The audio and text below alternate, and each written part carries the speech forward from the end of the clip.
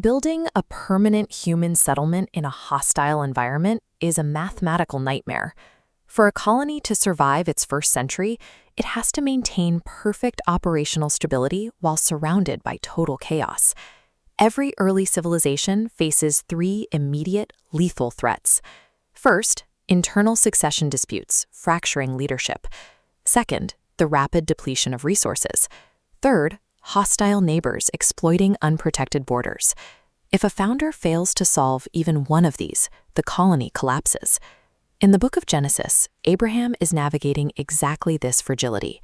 He is operating a highly vulnerable outpost in the desert of Canaan. To keep this project alive, he needs to execute a survival strategy that accounts for each of these failure points. This schematic maps out the events of Genesis chapter 21, revealing it as a three-part operational blueprint. We see the nodes defining the specific solutions: 1. Resolving succession, 2. Managing extreme resource failure, and 3. Securing binding geopolitical treaties. To ensure his lineage outlasts him, Abraham has to migrate his operation from a vulnerable, early-stage startup into a system-driven entity capable of multi-generational survival. The first step requires stabilizing the leadership timeline.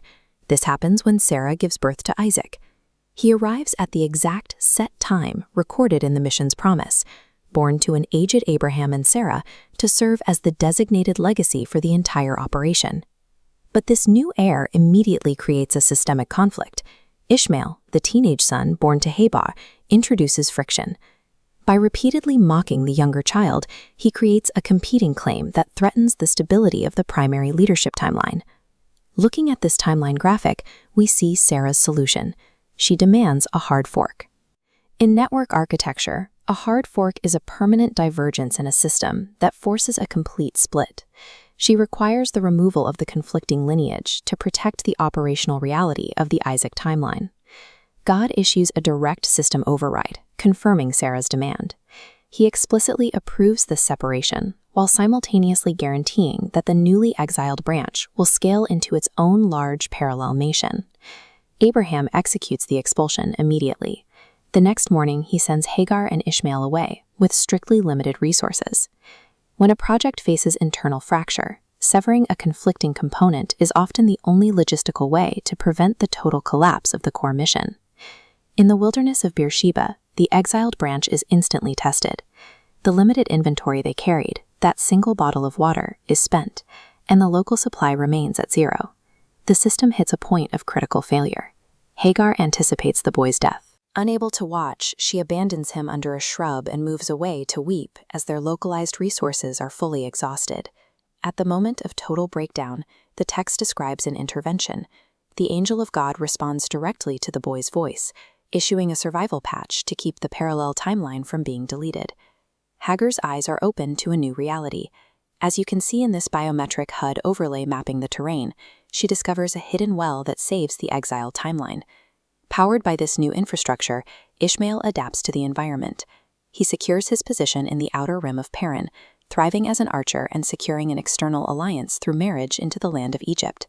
Survival on the fringes requires radical adaptation and the ability to access hidden resources the moment localized inventories fail entirely. Back at the core base, a geopolitical threat emerges. Abimelech, a regional commander, recognizes Abraham's growing power and demands a binding non-aggression pact. Before signing the treaty, Abraham addresses a dispute over critical infrastructure. Abimelech's forces had violently seized a water well that Abraham's team had dug. Rather than engaging in a resource-draining border war, Abraham pivots to establish permanent, undeniable ownership of the asset through a formal protocol. This graphic illustrates the execution of a smart contract. Abraham isolates 7 ewe-lambs, distinct from his other gifts. These 7 distinct data nodes align to serve as a physical mechanism of proof. These 7 lambs function as an immutable ledger, a proof of stake. This collateral permanently logs Abraham as the creator of the well, and the geographic location is entered into the registry as Beersheba, meaning well of the oath. Lasting regional stability requires more than verbal promises. It requires verifiable proof of ownership built directly into the diplomatic architecture. By the conclusion of this record, the settlement's primary vulnerabilities have been addressed. The colony now possesses a clear line of succession, a recognized water source, and a formal non-aggression pact. two distinct futures are now perfectly secured. The centralized core timeline, led by Isaac, is stabilized by treaties, while the parallel branch, led by Ishmael, thrives through adaptation in the outer wilderness. The text outlines a specific framework for scaling a fragile operation, managing leadership through selective division, responding to depletion with radical adaptation, and anchoring territory through verifiable proof. The challenges of the Bronze Age desert provide a template for the logic required to sustain an isolated group.